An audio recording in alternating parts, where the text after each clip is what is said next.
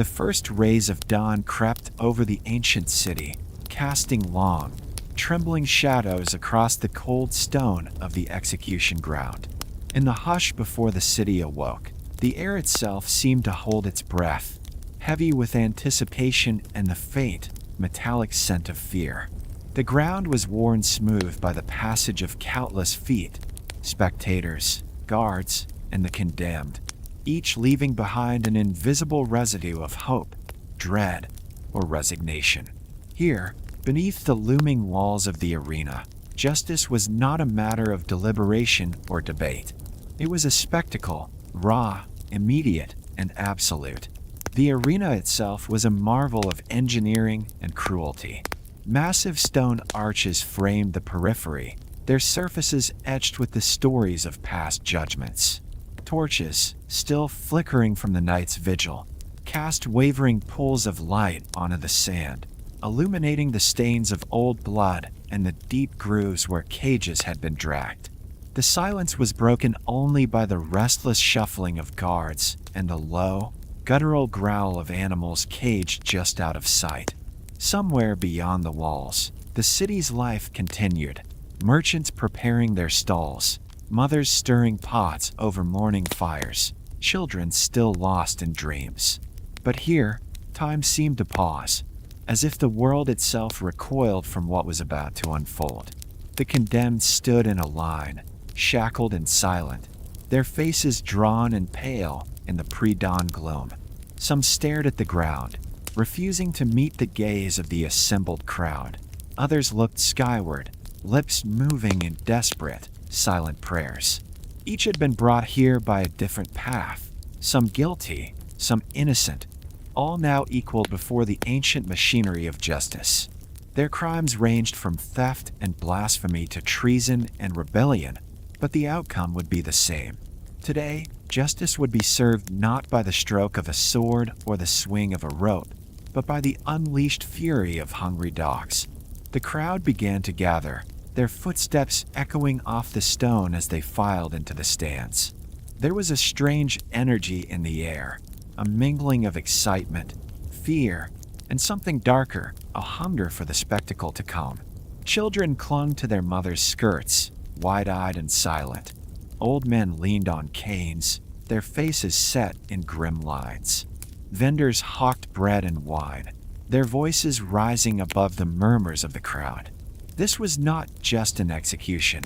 It was an event, a ritual that bound the community together in a shared experience of horror and catharsis.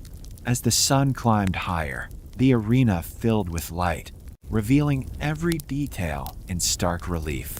The condemned were marched forward, their chains clinking with each step. Guards in gleaming armor flanked them, their faces expressionless beneath polished helms. At the center of the arena, a raised platform stood ready, its surface scarred by years of use. Here, the sentences would be read aloud, the crimes recited for all to hear. There was no hiding from the truth in this place.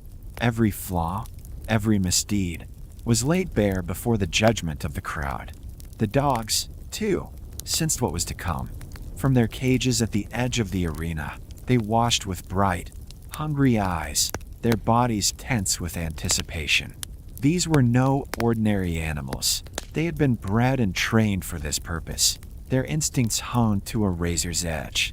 Some were massive, their jaws capable of crushing bone. Others were lean and swift, bred for speed and ferocity. Their handlers moved among them, soothing or rousing as needed, preparing them for the moment when the gates would open and they would be released.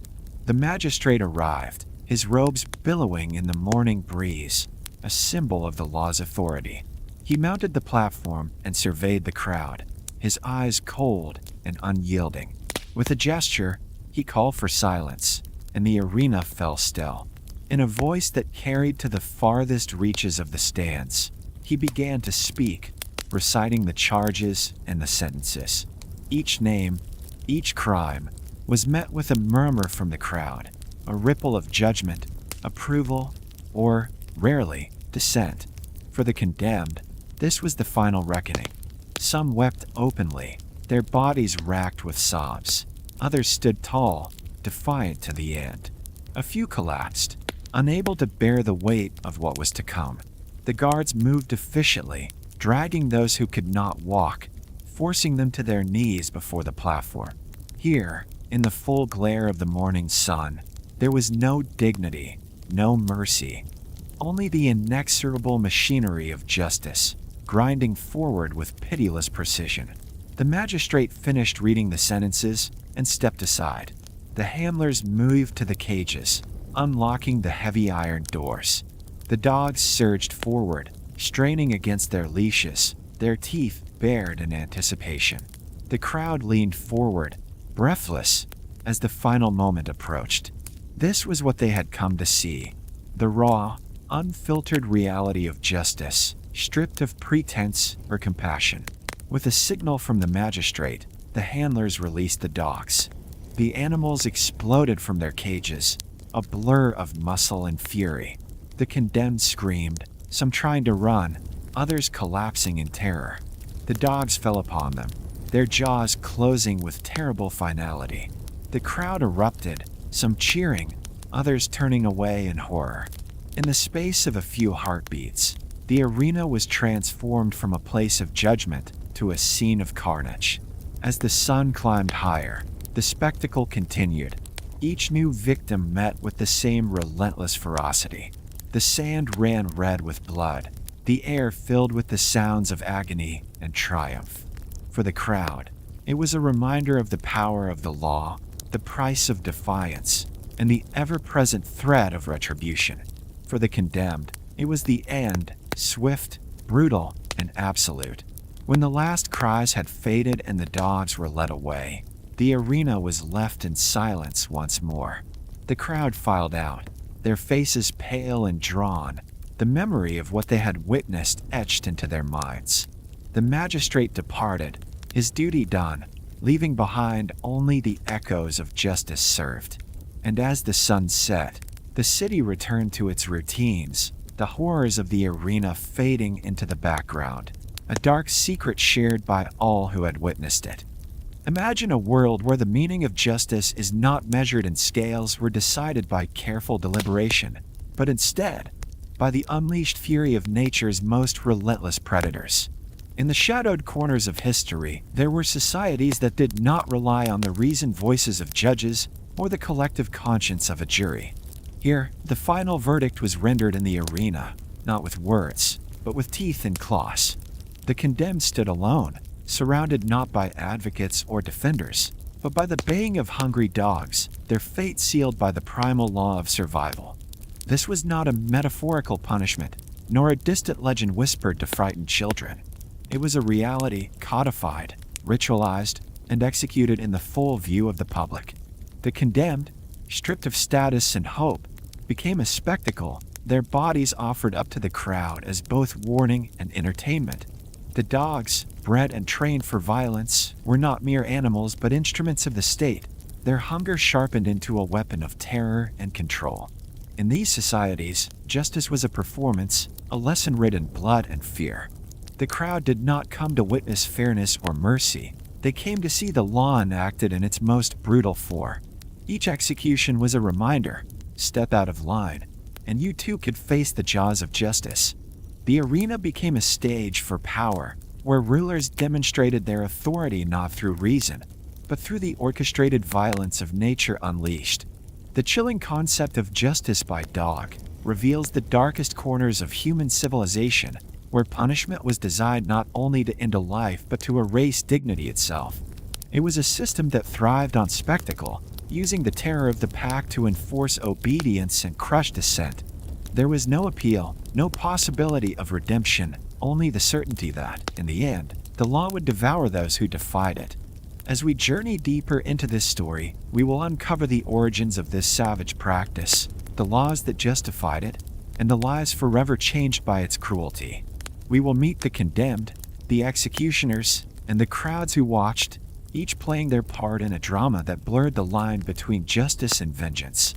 In the world of the arena, the only verdict that mattered was survival, and for most, even that was denied. The origins of brutal justice, where the condemned met their end not by the hand of an executioner, but by the jaws of beasts, are rooted deep in the ancient world, with Rome standing as its most infamous practitioner. The phrase damnatio ad bestias, Latin for condemnation to beasts, became synonymous with a punishment so terrifying that it echoed through the centuries as a symbol of civilization's darkest impulses. But how did such a savage spectacle come to be woven into the fabric of Roman law and public life? To understand the roots of this punishment, we must look beyond Rome itself, to the cultures and conflicts that shaped its rise. Historical accounts suggest that the custom may have been borrowed from the Carthaginians, Rome's fierce rivals across the Mediterranean. It was originally a military punishment, reserved for non-Roman allies found guilty of betrayal or desertion. The condemned would be tied to columns or thrown defenseless into enclosures, left at the mercy of wild animals, often lions or dogs, whose hunger would serve as the instrument of justice. The practice took on a new and more public dimension as Rome expanded its power. By the 2nd century BC, damnatio ad bestias had become a fixture of Roman spectacle, a form of capital punishment that was as much about entertainment as it was about deterrence. The earliest uses targeted not Roman citizens, but outsiders and enemies, those whose loyalty was suspect, or whose crimes threatened the order of the state. Over time, the net widened. Runaway slaves, rebels, and eventually even Roman citizens of lower classes could find themselves condemned to the arena. The spectacle itself was meticulously staged. The condemned might be armed with a spear or sword, given a fleeting chance at survival, or left utterly defenseless, bound, and exposed. Sometimes, the execution was woven into elaborate reenactments of myth, criminals cast as tragic figures from Greek or Roman legend, their deaths choreographed to mirror the suffering of gods and heroes. The poet Martial, in his Liber Spectacularum, recounts how a bandit named Merciless was forced to play Prometheus, only to be torn apart by a bear instead of an eagle, his body left mangled and bloodied for the crowd's delight. The choice of animals was as much about symbolism as it was about spectacle. Lions, imported from North Africa, were favored for their majesty and ferocity. Tigers, bears, and even elephants were brought from the farthest reaches of the empire, their presence a testament to Rome's dominion over nature and its enemies alike. The logistics of this trade were staggering. Local municipalities were ordered to provide food and shelter for the animals in transit, and the demand for exotic beasts led to the depletion of wildlife across entire regions. But Rome was not alone in its use of animals as instruments of justice. Other cultures, too, saw the power of unleashing nature's fury upon their enemies. The Carthaginians, as mentioned, may have inspired the practice, and throughout the ancient Mediterranean, stories abound of rulers who fed traitors to dogs or wild beasts as a warning to others. Yet it was in Rome that the custom reached its most elaborate and institutionalized form, becoming a central feature of public life and imperial propaganda. The purpose behind damnatio ad bestias was manifold. It served as a warning to the populace, a vivid demonstration of the consequences of defiance. It reinforced social norms, casting the condemned not merely as criminals, but as enemies of the natural and divine order. For the authorities, it was a tool of suppression, used, for example, to persecute early Christians, who were often dressed in animal skins and torn apart by dogs in the arena, their suffering transformed into a gruesome pageant for the masses. Over the course of 4 centuries, it is estimated that hundreds of thousands met their end in this way, their deaths witnessed by crowds that filled the great amphitheaters of Rome and its provinces. The practice persisted until the gradual rise of new moral and religious sensibilities, and the eventual legalization of Christianity in the early 4th century AD, brought an end to the most notorious spectacles. Yet the legacy of damnatio ad bestias endures, a chilling reminder of an era when justice was defined not by mercy or reason, but by the primal law of tooth and claw. The law behind the horror of being condemned to die by wild animals, damnatio ad bestias, was as intricate as it was merciless, reflecting both the harshness of Roman justice and the society's appetite for spectacle. This punishment was not meted out for minor infractions. It was reserved for those crimes the state deemed most threatening to its order, morality, and authority. The legal codes of ancient Rome, meticulously recorded in sources like the Code of Theodosius and the Code of Justinian, laid out a grim hierarchy of offenses that could lead a person to the arena's bloodstained sands. Treason and rebellion. At the top of this list were crimes against the state. Treason, betraying Rome, plotting against the emperor, or inciting rebellion, was considered the gravest of all offenses. The rationale was clear. The stability of the empire depended on absolute loyalty. Those who dared to challenge imperial authority, whether through conspiracy or open revolt, were made examples of in the most public and terrifying way possible. After the assassination of Emperor Commodus, for example, not only were his direct killers thrown to the beasts, but also his servants and associates, demonstrating that complicity was as damning as the act itself. Blasphemy and religious dissent. Religious crimes also warranted this fate. In an empire where the divine right of rulers and the unity of state religion were paramount, blasphemy or refusal to participate in state cults was seen as a direct threat. Early Christians, who refused to worship the emperor or the Roman gods, were particularly vulnerable. Their steadfastness was cast as treason, and their deaths in the arena became a tool to discourage the spread of the new faith and reinforce the dominance of Roman religious tradition. Poisoning, sorcery, and counterfeiting. Other crimes reflected anxieties about social order and personal safety. Poisoners, especially if they were commoners, could expect to be thrown to the beasts. The law of Cornelius made a distinction. Patricians, the elite, were beheaded, but plebeians, commoners, faced the arena. Those who employed sorcerers to harm others, counterfeiters who tampered with the currency, and even those who forged documents could find themselves condemned in this way. These crimes were seen as attacks on the fabric of society, undermining trust, commerce, and the very currency that fueled the empire. Family crimes and kidnapping.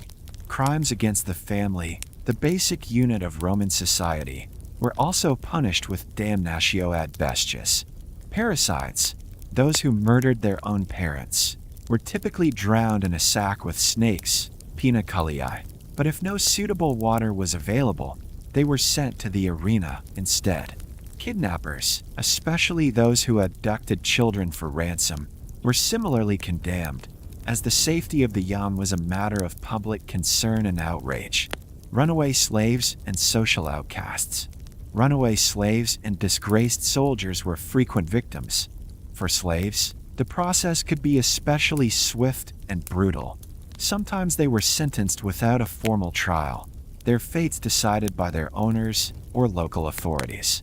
Free men, however, required the sanction of an imperial official.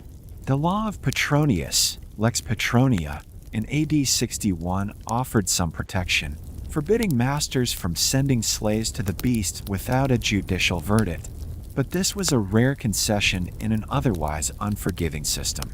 Loss of rights and property. The punishment extended beyond death.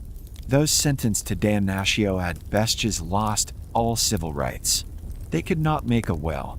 Their property was confiscated by the state, leaving their families destitute unless an exception was made for military officials with children. The condemned were stripped of all dignity, denied a proper burial, a fate considered deeply shameful in Roman culture. Public spectacle and social control. The law was not just about retribution, it was about control. By making these executions public, the state reinforced the power of the legal system and the emperor, reminding all who watched of the consequences of defiance. The spectacle was a warning, a lesson written in blood and terror, designed to uphold social norms and deter would-be criminals. In sum, the legal codes that governed damnatio ad bestias were as much about maintaining the empire's grip on power as they were about punishing crime. The crimes that warranted such a fate, treason, rebellion, blasphemy, poisoning, counterfeiting, family violence, kidnapping, and desertion, were those that threatened the very foundations of Roman order. The punishment was absolute, its message unmistakable. In Rome, the law was not only to be obeyed, but feared. The arena's roar began long before the first beast was unleashed or the condemned were paraded into the sand. It started in the bustling streets of Rome, where the promise of spectacle drew citizens from every corner of the city, their anticipation mounting with each step toward the colossal amphitheater. The Colosseum, with its towering arches and labyrinthine corridors, stood as a monument to Roman power, a place where justice, entertainment, and terror merged into a single, unforgettable experience. As dawn broke, crowds surged through the gates, their excitement palpable.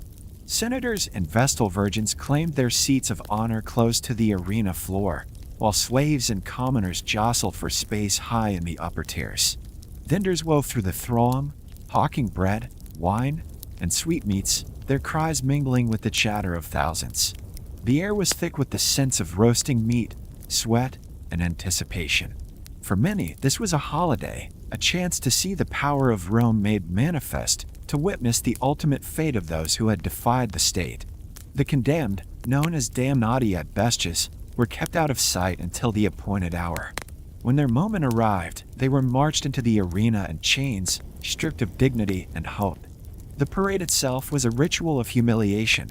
Some were forced to wear costumes mocking their crimes or their origins, transforming them into living symbols of disgrace.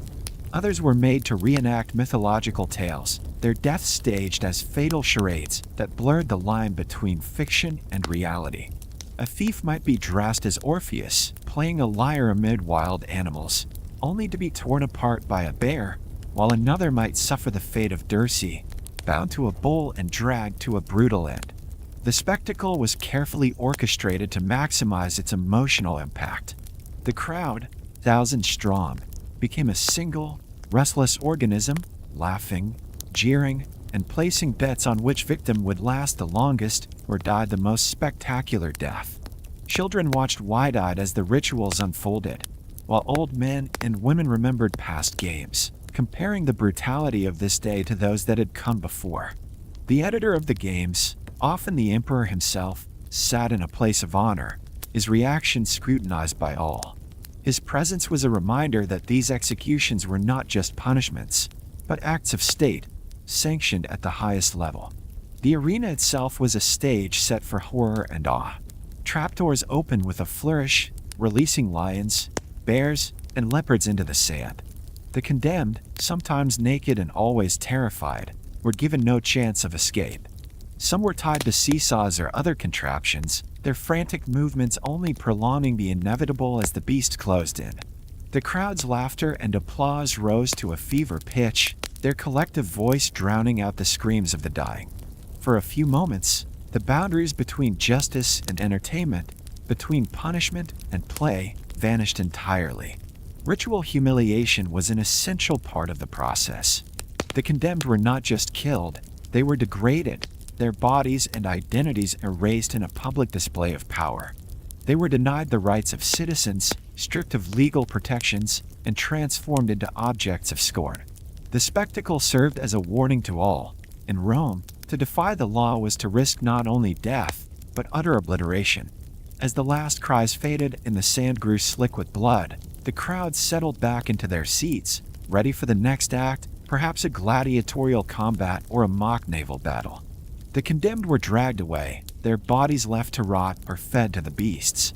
The arena's roar, for a time, subsided, but its echoes lingered in the minds of all who had witnessed the spectacle. In the Roman world, justice was not merely served, it was performed in the most vivid and unforgettable way imaginable. The arena's sand bore the footprints of many, the desperate, the defiant, the broken, and the brave.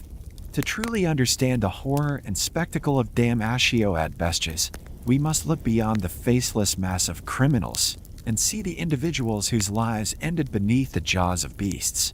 The condemned were not a monolith.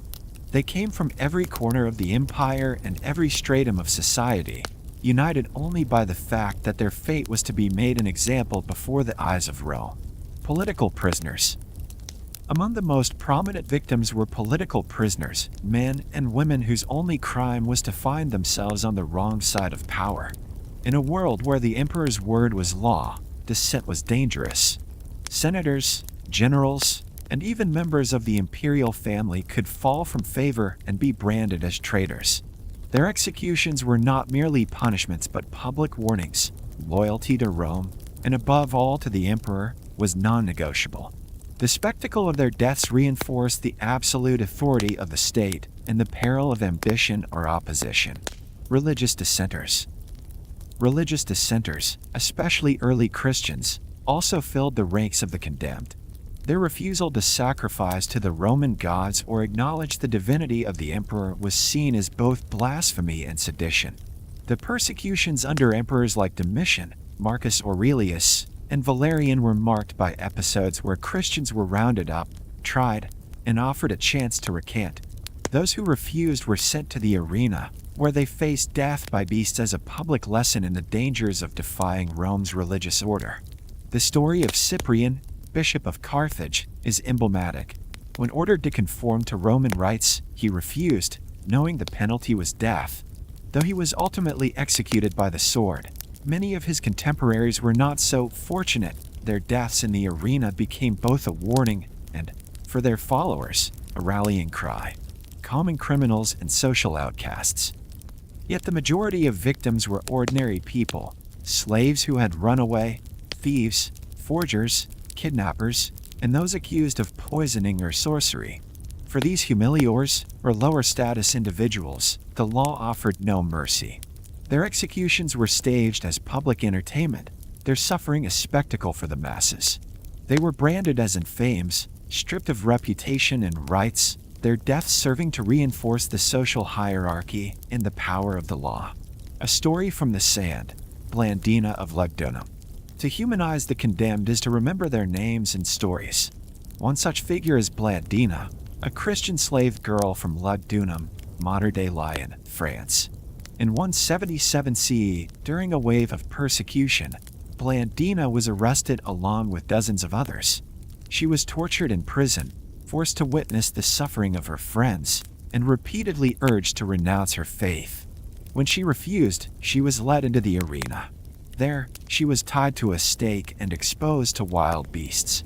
According to contemporary accounts, the animals initially refused to attack her, a detail that only enraged the crowd and her captors.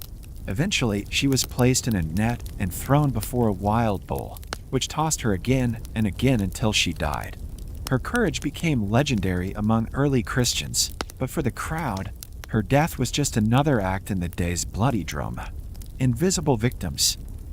Others remain nameless, prisoners of war captured in Rome's endless campaigns, their only crime being on the losing side of history. Enslaved people whose owners sought to make an example of them, or who were caught up in collective punishments after a master's death. Even children, in rare but chilling cases, were paraded into the arena to die for crimes real or imagined, a performance of power. The condemned were forced to play roles in a gruesome pageant, their identities erased and replaced with the labels of traitor, blasphemer, or criminal. Their deaths were not private tragedies but public performances, designed to reinforce the boundaries of the community and the might of the state. In the end, they were more than victims. They were unwilling actors in a drama that revealed as much about the fears and values of Roman society as it did about their own lives. By remembering their stories, we restore their humanity, and we see the true cost of a justice system that measured order and obedience in blood. The dogs chosen for Rome's most brutal spectacles were far from ordinary. They were living weapons, bred and trained to embody terror itself. These were not the gentle companions found at the hearth, nor the nimble hunters that coursed through the fields. Instead, the arena's canines were a distinct class, massive, muscular, and bred for a single purpose: combat and execution. Breeds of the arena. At the heart of the Roman bestiarii's arsenal stood the Canis pugnax, a now extinct breed descended from the ancient Molossan dogs of Greece. The Canis pugnax was the archetype of the Roman fighting dog, large, heavy, and powerfully built, standing about 60 centimeters at the shoulder and weighing 40 to 50 kilos. Its rough, intimidating appearance was matched by a deep, resonant bark and a temperament that was both fiercely loyal and unyieldingly territorial. The Romans valued these dogs for their obedience and their capacity for violence, a combination that made them ideal for both the battlefield and the arena. The molossus itself, the ancestor of many modern mastiffs, was renowned across the ancient world for its size and ferocity. Historical accounts and reliefs, such as those on Trajan's column, depict these dogs in battle and in the circus arenas, where they were unleashed against criminals, prisoners of war, and even wild animals like lions and bears. Other breeds that would have been at home in the Roman arena include the cane corso, a direct descendant of Roman war dogs, and the Neapolitan Mastiff, Mastino Napolitano, known for its imposing build and fearsome reputation. The Romans also imported and crossbred dogs from conquered territories, including the powerful Rottweiler, the swift greyhound for hunting, and even the formidable English Mastiff after encountering them in Britain. Training for terror. The training of these dogs was as rigorous as it was cruel. From a young age, they were conditioned to distinguish friend from foe, often by scent, clothing, and armor. Their lives were spent in the company of handlers who demanded absolute obedience and cultivated aggression. Fasting was a common part of their preparation. Before an execution, the dogs were often kept hungry to sharpen their instincts and ensure a swift, savage attack. Handlers would expose the dogs to the sights and sounds of the arena, desensitizing them to crowds, noise, and chaos. Some dogs were trained to hunt and chase, others to pin and maul, and still others to kill on command. The owner's reputation, and sometimes their livelihood, depended on the dog's performance, so these animals were paradoxically both feared and highly valued, often receiving better care than many slaves. Why dogs? The choice of dogs over other beasts was deliberate and symbolic. Lions, bears, and leopards were certainly used in the arena, but dogs offered a unique blend of accessibility, trainability, and psychological impact. Unlike wild animals, dogs could be bred in captivity and trained to attack specific targets. Their loyalty and intelligence made them controllable, but their ferocity, when unleashed, was no less terrifying than that of any wild predator. Dogs also carried a particular stigma in Roman culture. To be killed by a dog was to suffer not only a violent death, but a humiliating one. Dogs were associated with the underworld, scavengers that fed on corpses, and to be torn apart by them was to be denied a proper, honorable end. This added a layer of ritual degradation to the punishment, reinforcing the condemned's loss of status and humanity. The spectacle of the pack. On the day of execution, the dogs were brought into the arena, their bodies tense with anticipation, their eyes fixed on the condemned. The crowd watched with a mixture of awe and dread, knowing that what was about to unfold was as much a display of Roman power as it was a punishment. When the signal was given, the handlers released their charges, and the dogs surged forward, sometimes in a coordinated pack, sometimes in a chaotic frenzy. The outcome was always the same: a swift, brutal, and unforgettable demonstration of the consequences of defying Rome. In the end, the dogs of the arena were more than mere animals. They were instruments of the state, symbols of the law's reach and the emperor's will. Their presence on the sand was a reminder that in Rome, justice could be as loyal and as lethal as the dogs that served it. Public executions in ancient Rome, especially those involving damnatio ad bestias, were not merely acts of punishment. They were elaborate spectacles, carefully designed to serve multiple psychological and social functions. The motivations behind making executions so public and gruesome can be traced to three interwoven forces: deterrence, entertainment, and control. Deterrence, the power of fear. At the heart of the spectacle was deterrence. Roman authorities believed that the fear instilled by witnessing the brutal fate of criminals would prevent others from committing similar offenses. The condemned were paraded before the crowd, their suffering and humiliation magnified for all to see. The message was clear: defy the law, and you too could face this excruciating end. This approach was not unique to Rome. Many societies have used public punishment as a warning, but the Romans elevated it to an art form, combining ritual, violence, and performance on a scale unmatched in the ancient world.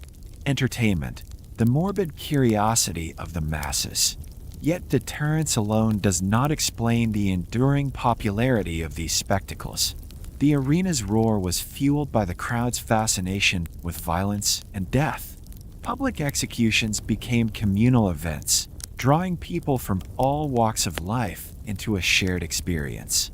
The anticipation, the drama, the unpredictability of the beasts and the condemned all combined to create a powerful emotional charge.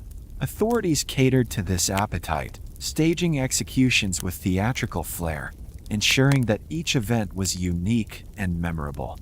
The condemned might be forced to reenact myths or don costumes, blurring the line between justice and entertainment.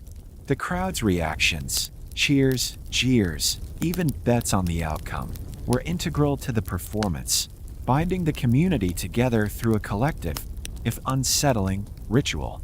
Control, reinforcing social order and imperial power. Above all, public executions served as a tool of control. By making punishment visible, the state reinforced its authority and the legitimacy of its laws.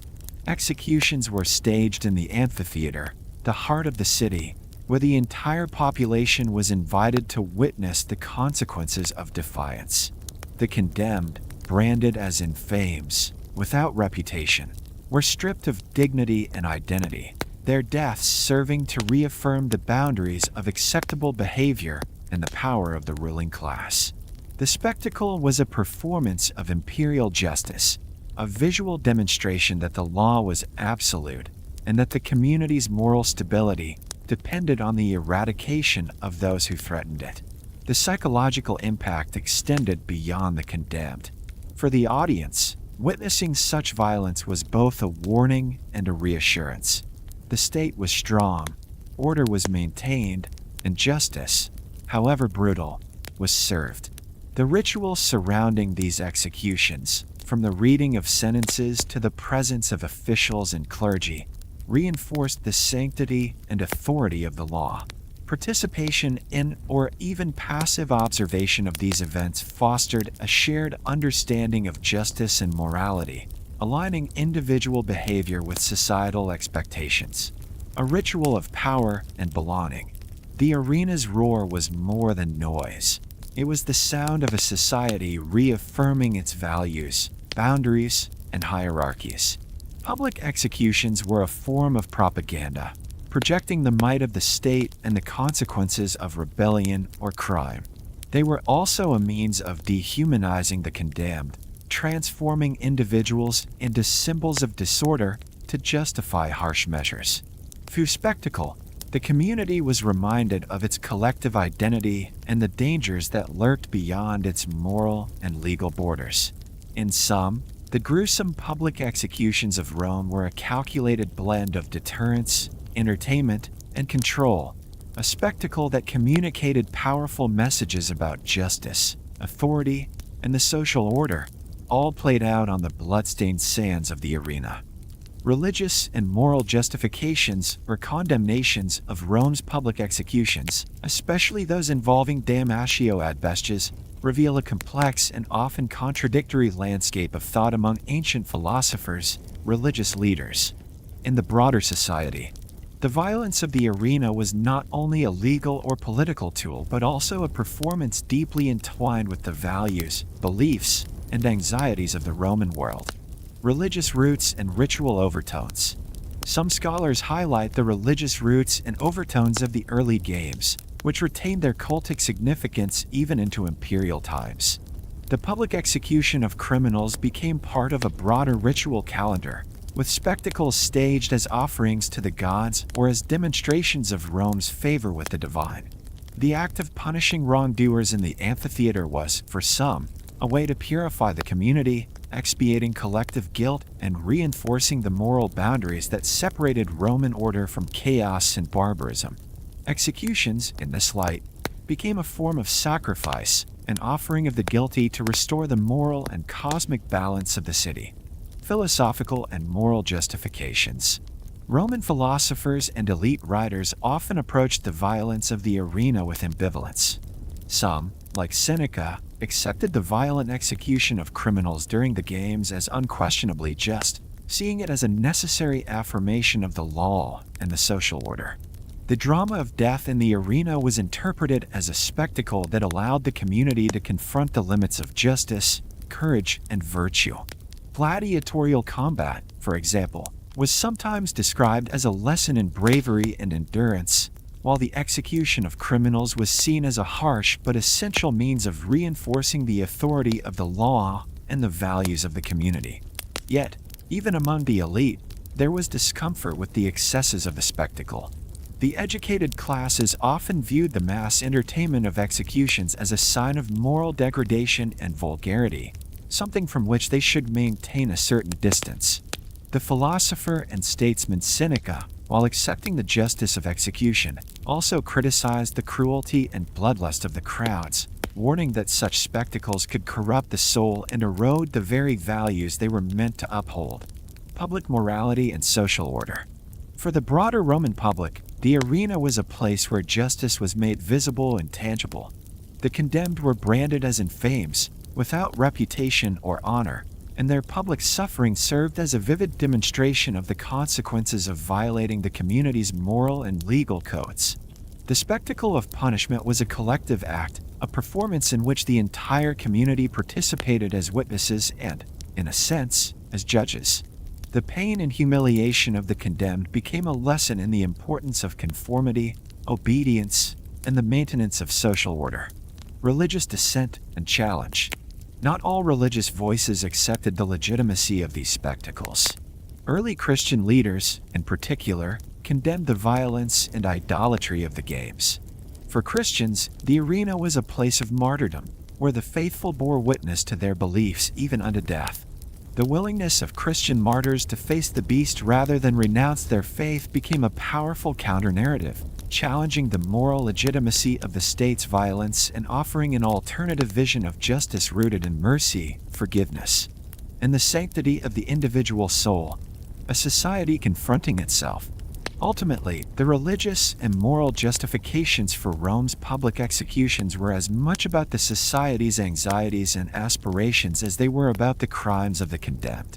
The arena was a stage on which Romans confronted the boundaries of justice, the meaning of community, and the power of the state. The drama of death, played out before the collective gaze, was a spectacle that communicated powerful messages about social order, authority, and the values that held the empire together. In this way, the violence of the arena was both justified and questioned, celebrated as an affirmation of justice and order, yet also feared as a potential source of moral decay and spiritual danger. The tension between these perspectives reveals the profound complexity of Roman attitudes toward law, punishment, and the spectacle of justice. Survival in the face of damnatio ad bestias was so rare that it became the stuff of legend, whispered about in the streets and recorded in the annals of history as miracles or extraordinary twists of fate. The overwhelming majority of those condemned, political enemies, religious dissenters, common criminals, met their ends swiftly and brutally, torn apart before the roaring crowd. Yet, on the rarest of occasions, fate intervened, and a life was spared, either through sheer luck, unexpected mercy, or a story so remarkable that it would echo through the centuries. One of the most enduring tales of survival is that of Androcles, a runaway slave whose story was immortalized by ancient writers and retold for generations. According to the legend, Androcles had fled his master's cruelty and escaped into the wilds of Africa. There, wounded and desperate, he stumbled upon a lion in agony, its paw pierced by a large thorn. Driven by compassion or perhaps the desperate logic of a man with nothing left to lose, Androcles approached the beast and carefully removed the thorn. The lion, instead of attacking, licked his hand in gratitude and allowed him to share its cave and food for several days. Eventually, Androcles was captured and brought back to Rome, where, as punishment for his escape, he was sentenced to die in the arena by the very method that filled the city with both dread and anticipation, damnatio ad bestias. The day of his execution arrived, and the amphitheater was packed with citizens eager for spectacle. Androcles was led into the arena, unarmed and exposed, as the iron gate creaked open and a lion was released. The crowd hushed, waiting for the inevitable. But instead of attacking, the lion recognized Androcles and, astonishing the spectators, began to nuzzle and lick him, displaying clear affection. The scene was so extraordinary that the crowd erupted in amazement, and the story quickly reached the ears of the emperor. Moved by the spectacle and the tale of mutual mercy, the emperor granted Androcles a full pardon, and the two, man and lion, were paraded through the streets as living proof that even in the heart of Rome's most brutal rituals, compassion could triumph over cruelty. While Androcles' tale is the most famous, it is not the only account of survival or last-minute reprieve. Ancient sources, such as the Greek philosopher Strabo, recount the story of a bestiarius, a man condemned to fight wild animals, who faced a series of improbable events.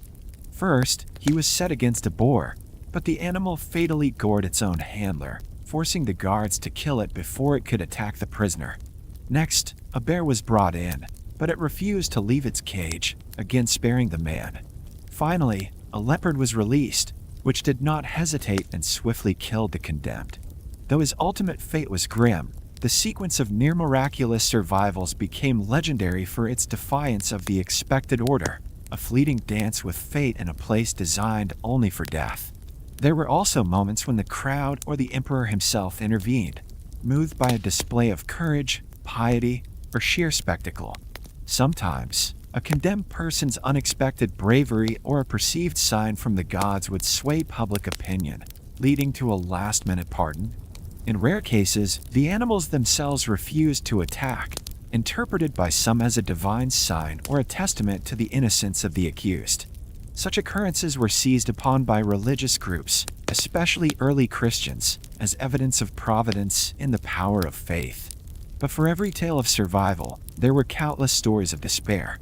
Many prisoners, faced with the certainty of a gruesome death, took their own lives before ever reaching the arena. Accounts tell of German prisoners who choked themselves with sponges or Saxon captives who made suicide pacts, choosing any end but the one that awaited them on the sand. Their desperate acts underscored the terror of the punishment and the near impossibility of escape. Yet these rare stories of survival, whether through luck, mercy, or legend, served a dual purpose.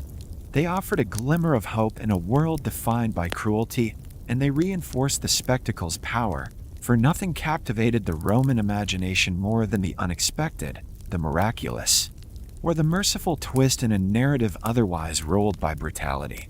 In the end, the survivor's tale became part of the arena's mythos, a reminder that even in the darkest places, fate could, on the rarest of days, be swayed. The men who managed the dogs and orchestrated the brutal spectacles of damnatio ad bestias were a unique class within Roman society, neither fully respected nor wholly reviled, but always essential to the machinery of justice and entertainment. These executioners, known in Latin as carnifices or arenarii, occupied a shadowy space at the edge of law and order, their lives defined by the rituals of death they enacted for the state and the crowd. The dog handlers and arena masters. At the heart of the spectacle were the dog handlers, specialists in the breeding, training, and management of the fearsome canines that would be unleashed upon the condemned. These men were not mere animal keepers, they were experts in orchestrating violence for maximum effect. Many were former soldiers, gladiators, or slaves themselves, people who understood both the discipline required to control dangerous animals and the psychological choreography of the arena. Their lives were spent in the company of beasts, honing their skills in obedience, aggression, and spectacle.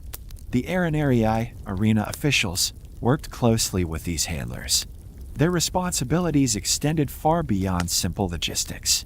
They managed the timing of the executions, coordinated with the editor of the games, often the emperor or a local magistrate, and ensured that every detail of the event heightened the drama and reinforced the authority of Rome.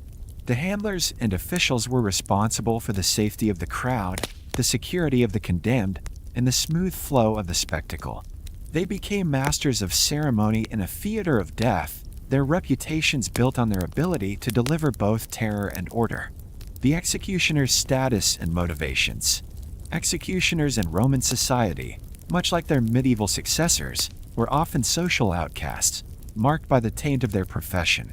They lived on the fringes, sometimes forced to reside outside city walls or in designated quarters. Despite their essential role, they were denied many of the rights and privileges of ordinary citizens. The stigma attached to their work was profound. They were both feared and needed, a paradox that shaped their daily existence. Yet, for some, the role offered a path to a kind of power and security unavailable elsewhere. Executioners were protected by law from prosecution for murder, as their acts were sanctioned by the state. They were often paid better than common laborers, and the most skilled among them could achieve a measure of fame or notoriety. Some executioners traveled circuits, performing their grim duties across regions, while others became fixtures in a single city, known by all but befriended by few. Their motivations were as varied as their backgrounds. Some were driven by necessity, former slaves or criminals for whom the arena offered a rare chance at steady work. Others were drawn by the strange authority their role conferred, the ability to command fear and respect, however grudging. A few, perhaps, found a grim satisfaction in the ritual of justice, believing themselves instruments of order in a chaotic world. For the handlers of the dogs, there was also the bond with their animals, a relationship forged in discipline and danger, where mastery over the beast mirrored their own precarious control over fate, orchestration, and ritual. The executioner's duties were not limited to the moment of death. They prepared the condemned, sometimes participating in the ritual humiliation that preceded execution. They ensured the animals were hungry, agitated, and ready to perform. Timing was everything. The release of the dogs had to coincide with the peak of the crowd's anticipation, the cries of the condemned with the roar of the spectators. After the executions, it was the executioners who disposed of the bodies, often in ways designed to further degrade and erase the condemned from memory, legacy, and infamy. The lives of these men were marked by contradiction. They were both agents of the law and reminders of its brutality, necessary to the spectacle yet forever set apart by it. Their legacy is woven into the very fabric of Roman justice, a testament to the lengths a society will go to maintain order, entertain the masses, and wield power through fear. In the shadows of the arena, the executioners stood as the final arbiters of fate, their actions echoing long after the sand had been swept clean and the crowd had gone home. For the families of those condemned to die in the Roman arena, whether by the jaws of dogs or other brutal means, the impact was profound and often devastating. The spectacle of public execution, intended to reinforce imperial justice and social order, left behind not only the broken bodies of the condemned, but also a legacy of shame, loss, and, at times, the seeds of revenge. Shame and social stigma. The most immediate consequence for families was a deep, inescapable shame. In a society where reputation, lineage, and social standing were paramount, having a relative branded as infamous, a person without honor or trust, was a stain that could linger for generations. The condemned were paraded before the community, their crimes and punishments made visible for all to see. This public degradation was not limited to the individual, it extended to their kin, who were often shunned, whispered about, or even ostracized from communal life. The spectacle of the arena was as much about reinforcing the boundaries of acceptable behavior as it was about punishing the offender, and families became collateral participants in this ritual of exclusion. Loss and dispossession. The pain of witnessing a loved one's violent death was compounded by material loss. Roman law frequently stripped the condemned of their property and rights, leaving their families destitute. The confiscation of goods and the erasure of legal status meant that widows, children, and parents could be left without means of support. For elite families, the punishment could extend to damnatio memoriae, the systematic erasure of the condemned's name and achievements from public record, effectively removing them from history and severing the family's connection to its past. For lower-class families, the loss was more immediate and physical, as they struggled to survive without the breadwinner or protector who had been taken from them. The ripple of grief.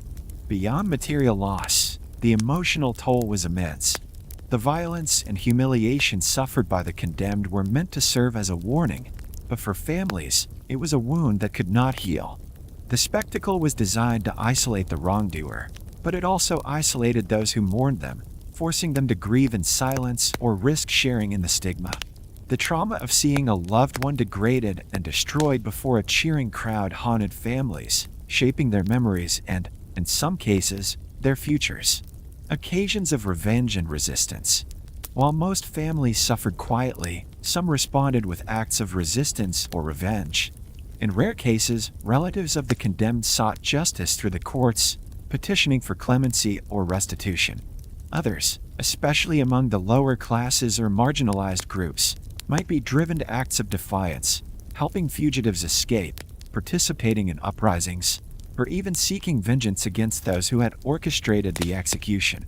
The cycle of violence and retribution was not common, but it was a testament to the depth of the pain inflicted by Rome's public justice.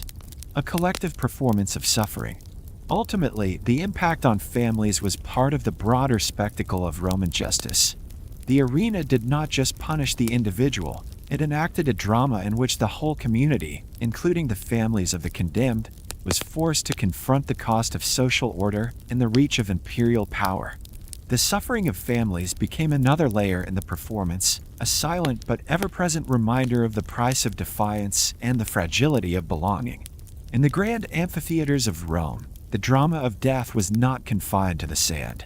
It rippled outward, touching the lives of those left behind, ensuring that the message of the spectacle, obedience, conformity, and the supremacy of the law was felt long after the crowds had dispersed and the arena had fallen silent. Throughout Roman history, the spectacle of public execution and the brutal punishments of the arena were not always met with silent acceptance. Beneath the roar of the crowds and the iron grip of authority, there simmered resistance, protest, and, at times, outright rebellion.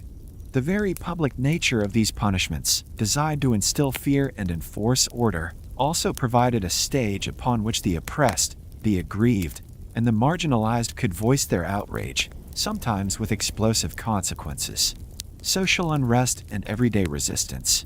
In the city of Rome and its provinces, episodes of collective unrest were surprisingly frequent. Over nearly 6 centuries, historians have counted at least 154 notable riots or uprisings in Rome alone, many of them sparked by the spectacles of the arena or the perceived injustices of public punishment. These disturbances ranged from stone throwing and heated arguments to full-scale riots that threatened the stability of the city. The amphitheater, while a tool of state power, was also a gathering place for the masses, a space where grievances could be aired and, occasionally, where the crowd itself turned against the authorities. Riots born of injustice. Sometimes, resistance was triggered by the perceived unfairness or cruelty of a particular execution. Crowds might protest the condemnation of a popular figure or demand mercy for someone seen as unjustly accused. There are accounts of the plebeian class rising up against the Senate, particularly when the games or executions were seen as tools for elite oppression or political manipulation. These moments of unrest reveal that the spectacle of punishment could backfire, transforming a display of power into a flashpoint for popular anger. Gladiator revolts. The case of Spartacus. The most famous and dramatic act of resistance was the Third Servile War, 73 to 71 BCE, led by the gladiator Spartacus. Spartacus, himself destined for the arena, broke free from a training school in Capua with a band of fellow gladiators. Their rebellion quickly grew into a massive slave uprising, drawing tens of thousands of followers and shaking the foundations of Roman society. For over 2 years, Spartacus and his army defied Rome, defeating several legions and sacking cities across southern Italy. The rebellion was eventually crushed, but its memory lingered as a testament to the explosive potential of those forced into the arena and subjected to Rome's harshest punishments. Riots at the Games, Pompeii, and beyond. Even outside the context of slave revolts, the games themselves could spark violence. In 59 BCE, a riot broke out in Pompeii during a gladiatorial contest between locals and supporters from the nearby city of Nuceria. What began as a dispute between rival fans escalated into a bloody brawl, resulting in deaths and severe injuries. The Roman Senate responded with harsh collective punishment, banning games in Pompeii for a decade and exiling those deemed responsible. This episode illustrates how the passions inflamed by public spectacles could easily turn against the very order they were meant to uphold. The Nika riots, a later echo. Centuries after the height of the Roman arena, the tradition of public spectacle continued in the Byzantine Empire, with the Hippodrome of Constantinople replacing the Colosseum. In 532 CE, the Nika riots erupted during chariot races, initially sparked by the crowd's demand for the release of arrested rioters but quickly escalating into a week-long revolt against Emperor Justinian I. The riots resulted in the destruction of half the city and the deaths of tens of thousands. Though not directly related to damnatio ad bestias, the Nika riots are a powerful example of how public spectacles could serve as a flashpoint for mass resistance and political upheaval. Acts of defiance and silent protest. Not all resistance was open or violent.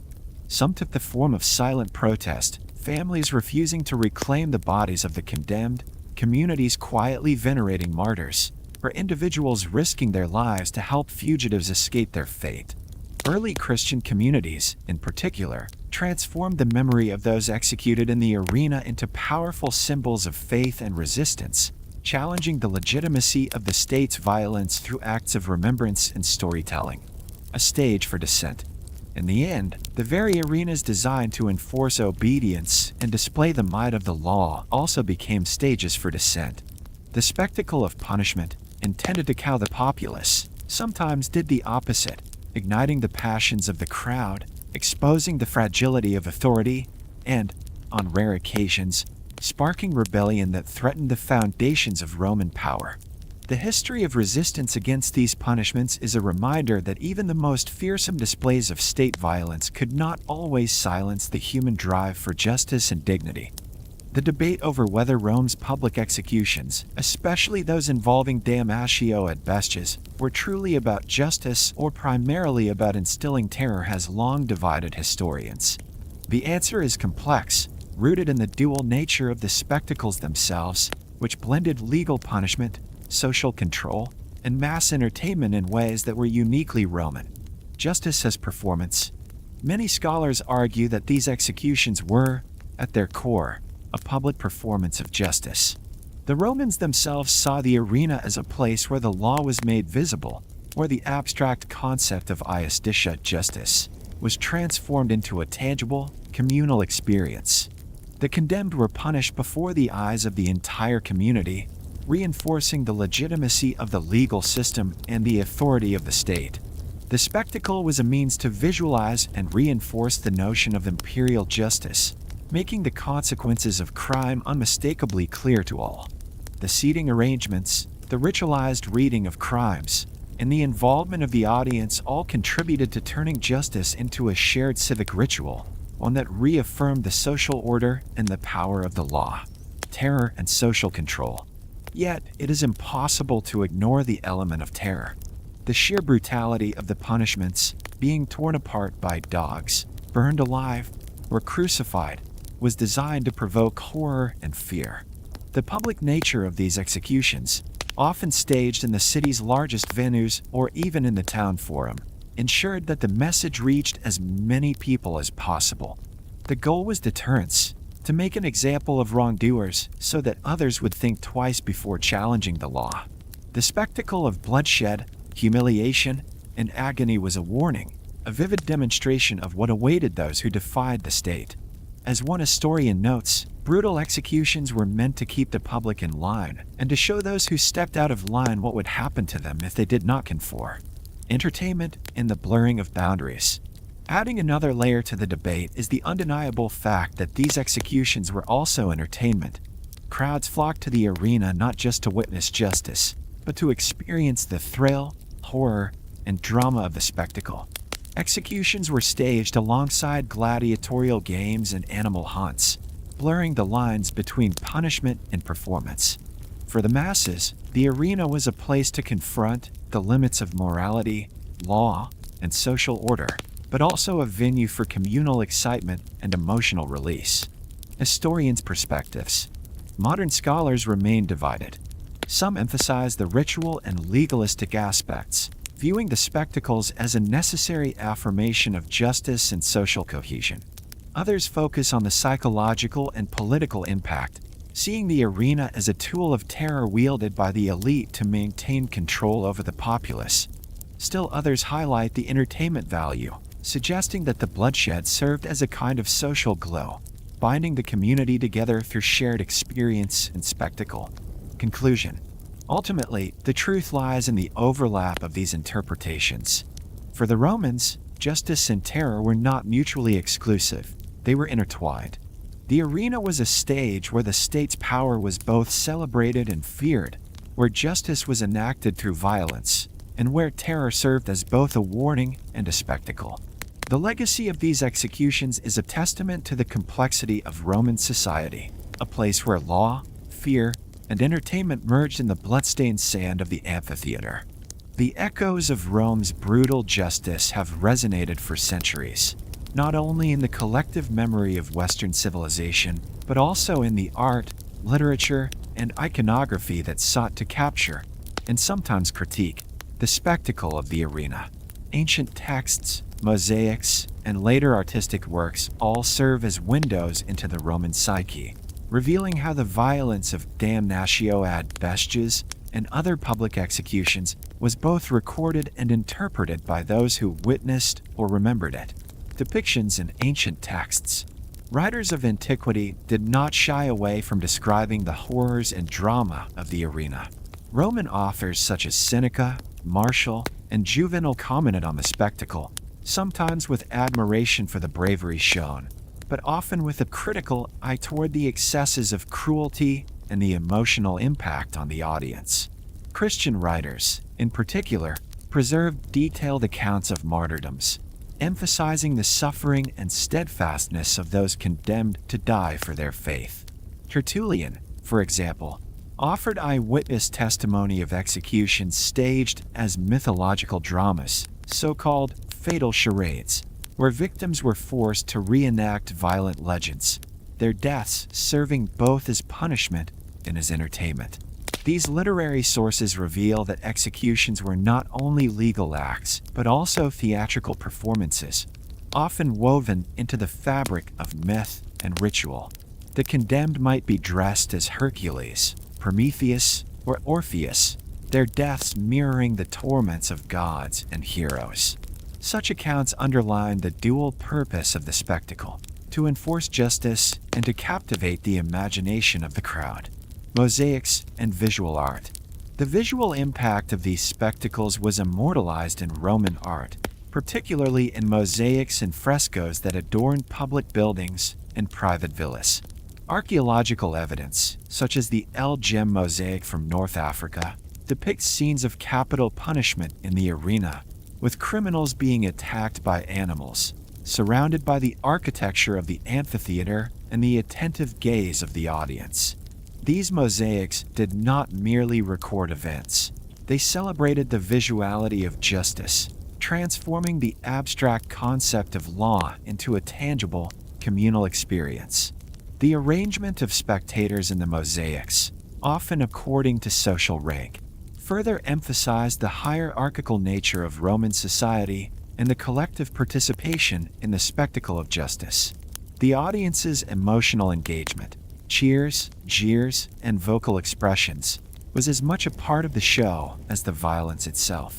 By witnessing and, in a sense, endorsing the punishment, the community reaffirmed its values and the legitimacy of imperial power. Later artistic interpretations. Centuries after the fall of Rome, Artists continued to draw on the imagery of the arena to explore themes of justice, cruelty, and redemption.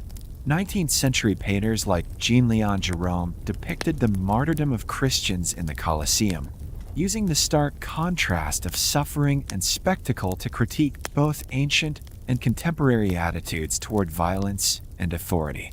These works often cast the victims in a sympathetic light, transforming the arena from a stage of terror to a symbol of resistance and faith. The enduring legacy.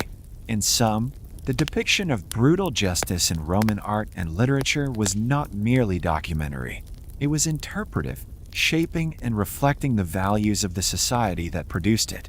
Whether in the vivid descriptions of ancient writers, the intricate mosaics of provincial amphitheaters, or the later paintings that reimagined the spectacle, the drama of death in the arena served as a powerful means of visualizing and debating the meaning of justice, order, and humanity.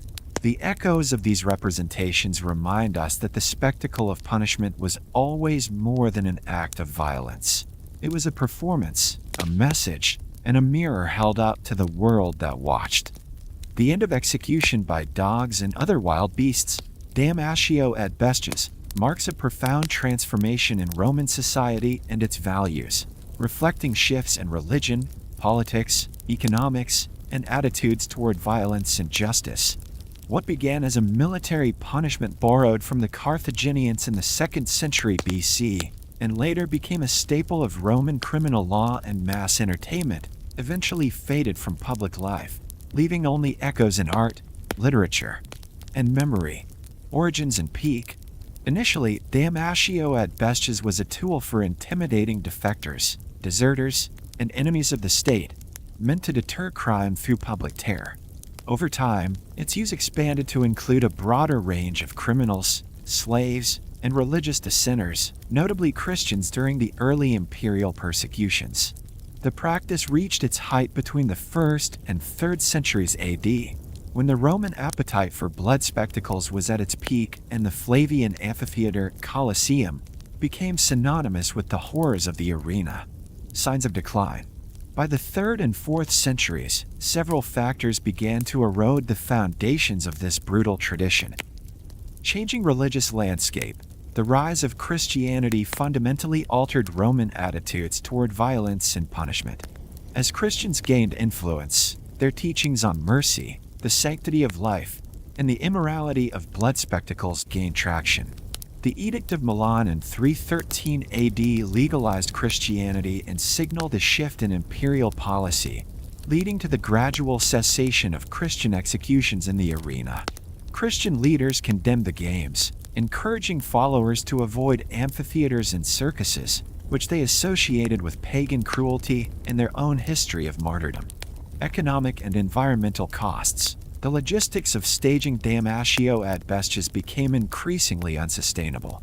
The vast demand for exotic animals, lions, tigers, bears, led to ecological devastation across the empire. North Africa, the Middle East, and parts of Europe saw dramatic declines in wildlife populations, with some species driven to near extinction. The cost of capturing, transporting, and feeding these animals grew prohibitive, especially as the empire's economic fortunes waned. Changing tastes and imperial priorities. As the Roman Empire evolved, so did its public entertainments. The popularity of animal spectacles and executions began to wane by the 3rd and 4th centuries. The nation's animal hunts and gladiatorial games persisted, but the appetite for the most gruesome punishments diminished, especially among the growing Christian population and the increasingly cosmopolitan elite. Legal and political reforms. Emperors and lawmakers gradually restricted the use of damnatio ad bestias. The Christianization of the empire under Constantine and his successors ushered in new legal codes that emphasized clemency and the protection of human dignity. Over time, the spectacle of public execution lost its place as a tool of statecraft and social control. Abolition and aftermath. The definitive end came in AD 681, when the practice was formally abolished in Rome. By this time, the empire had undergone profound changes. Christianity was the dominant faith, The old pagan spectacles were increasingly seen as barbaric relics, and the very meaning of justice had shifted from public terror to legal process and, at least in theory, mercy and redemption. The abolition of damnatio at bestias did not erase the memory of the arena's horrors. Instead, it became a symbol of the old world, a reminder of the extremes to which societies can go in the name of order and entertainment, and of the capacity for change when new values take root. The end of this practice stands as a testament to the evolving conscience of a civilization shaped by faith, compassion, and the lessons of its own dark history. The brutal public punishments of ancient Rome, most notoriously executions by wild animals or dogs, may seem distant and alien, yet their echoes are unmistakable in certain modern practices of state violence and public punishment. While the methods have evolved, the underlying motives of deterrence, control, and spectacle persist in various forms across the globe.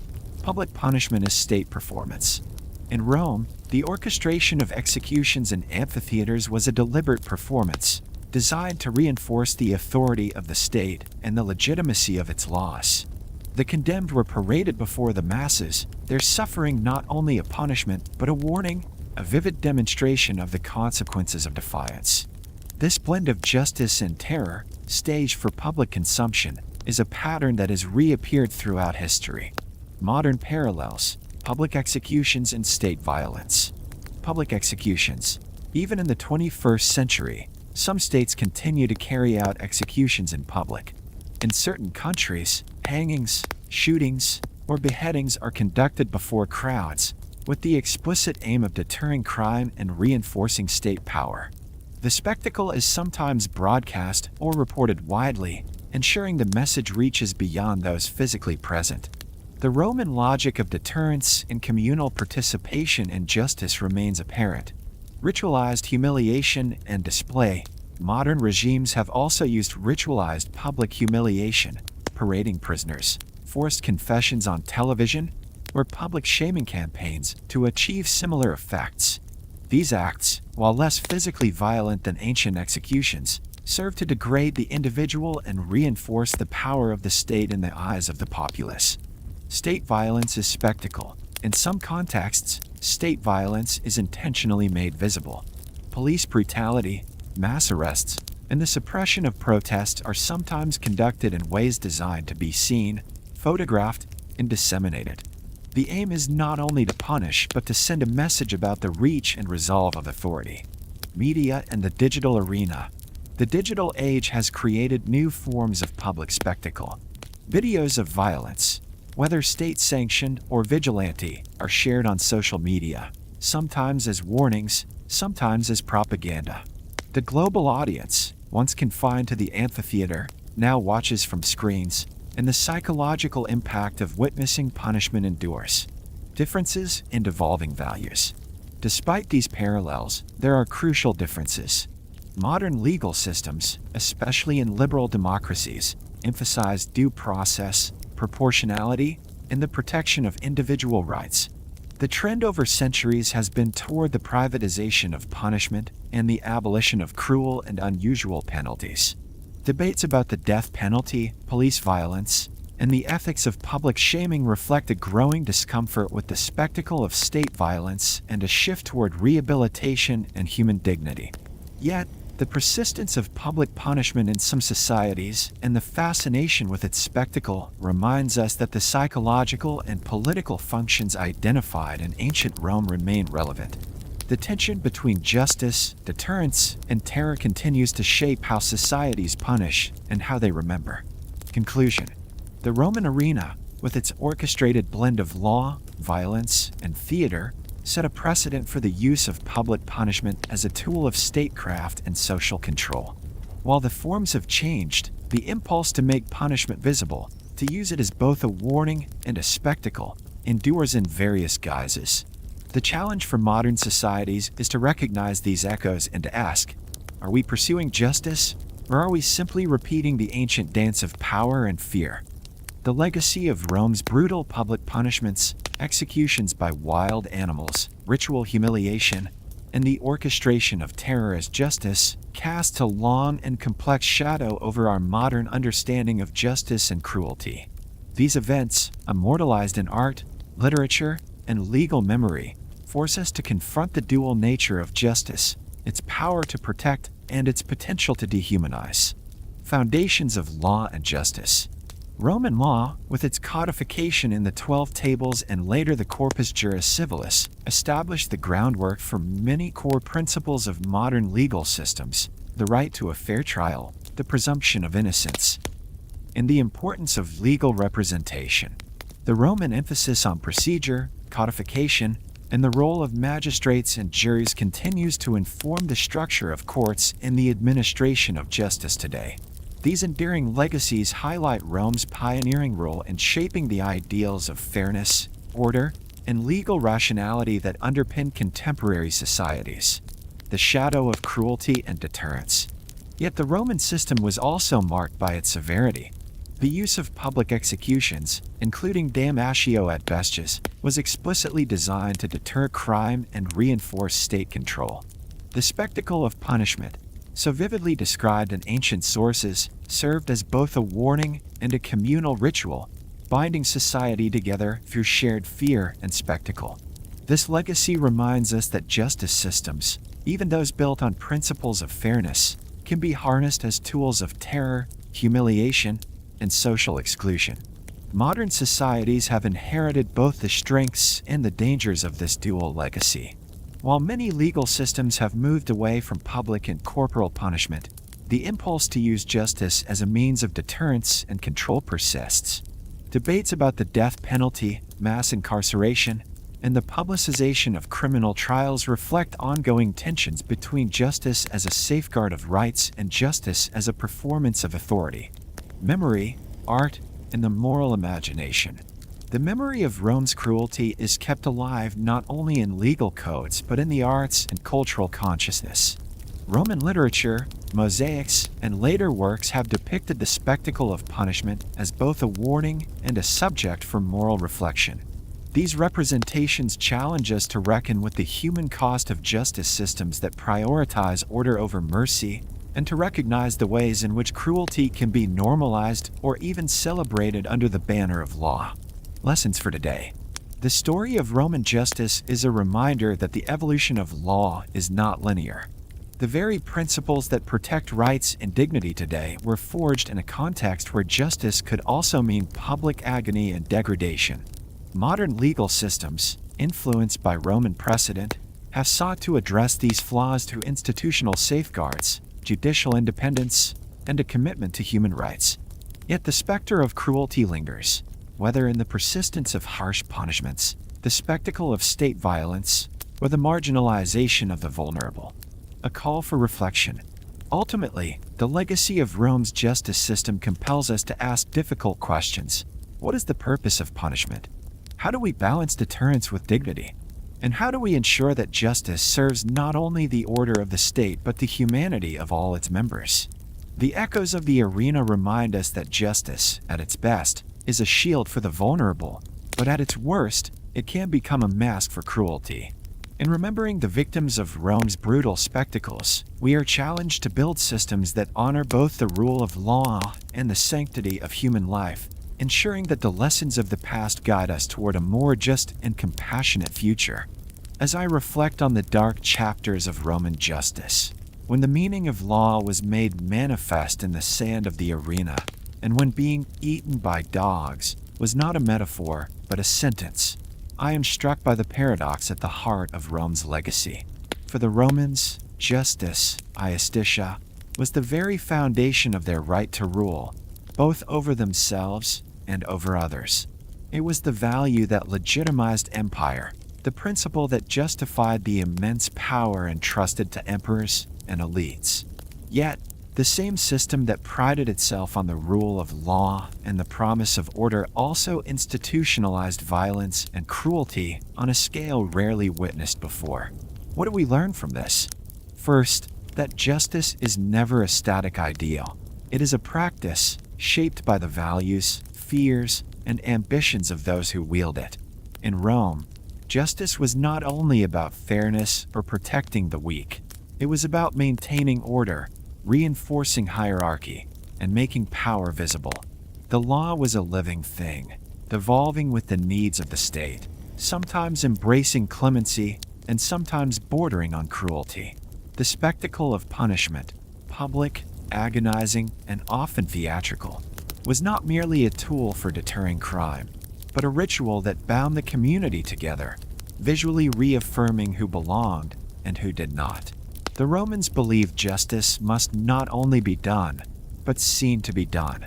Executions were carried out in the open, the condemned paraded before the masses, their suffering a lesson and a warning. The seating arrangements in the arena mirrored the social order. The elites in the front, women and slaves further back, everyone a participant in the drama of law and punishment. To be thrown to the beasts was to be expelled from civilization itself, a spectacle that symbolized the ultimate exclusion from society.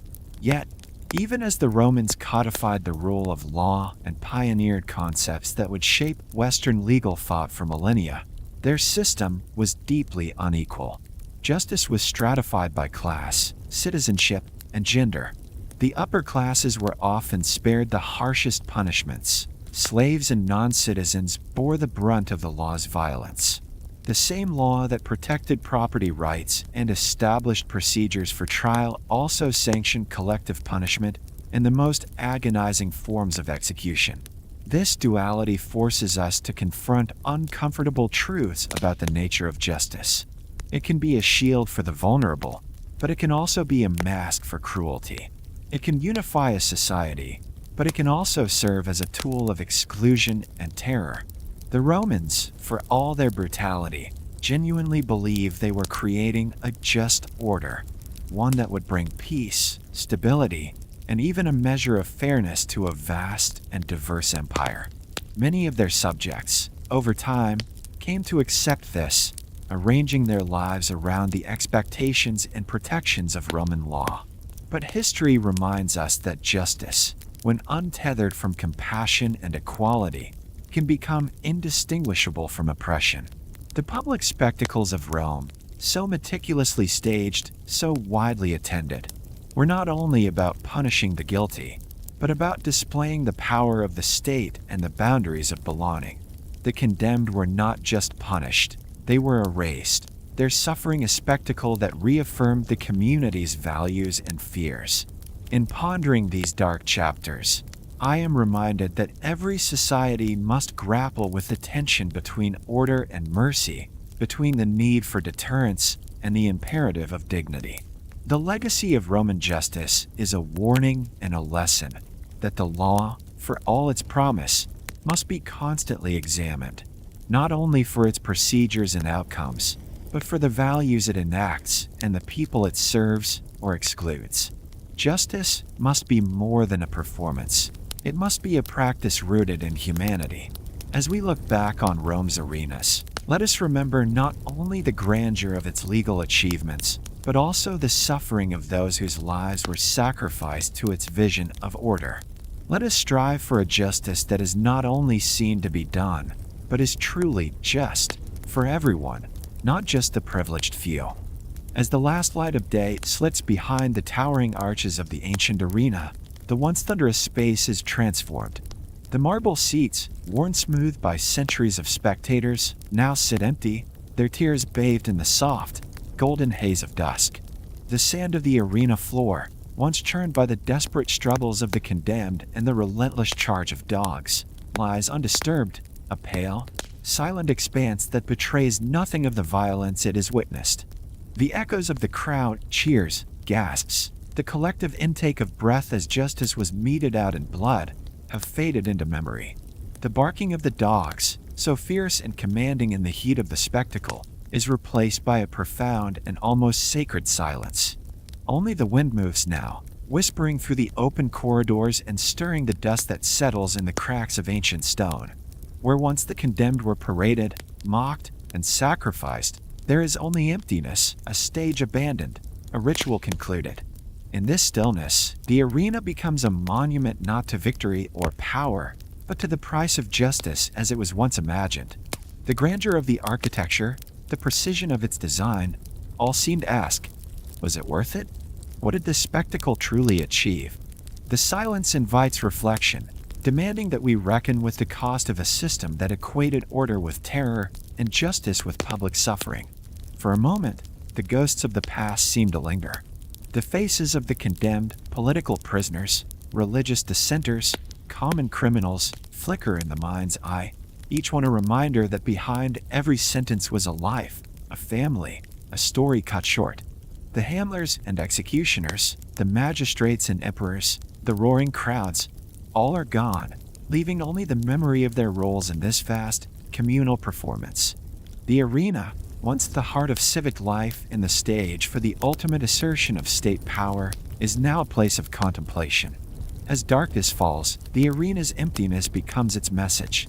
The silence is not just the absence of sound, but the presence of all that has been lost, the dignity denied, the mercy withheld, the humanity sacrificed in the name of order. The stones themselves seem to mourn, bearing silent witness to the generations who watched and those who suffered. In this closing scene, the viewer is left alone with the weight of history. The spectacle is over, but its questions remain. What is justice, and what is its price? Can a society that builds its order on fear and spectacle ever truly be just? The empty arena does not answer. It only invites us to reflect, to remember, and, perhaps, to imagine a different kind of justice, one that does not need the roar of the crowd or the barking of dogs to make itself known.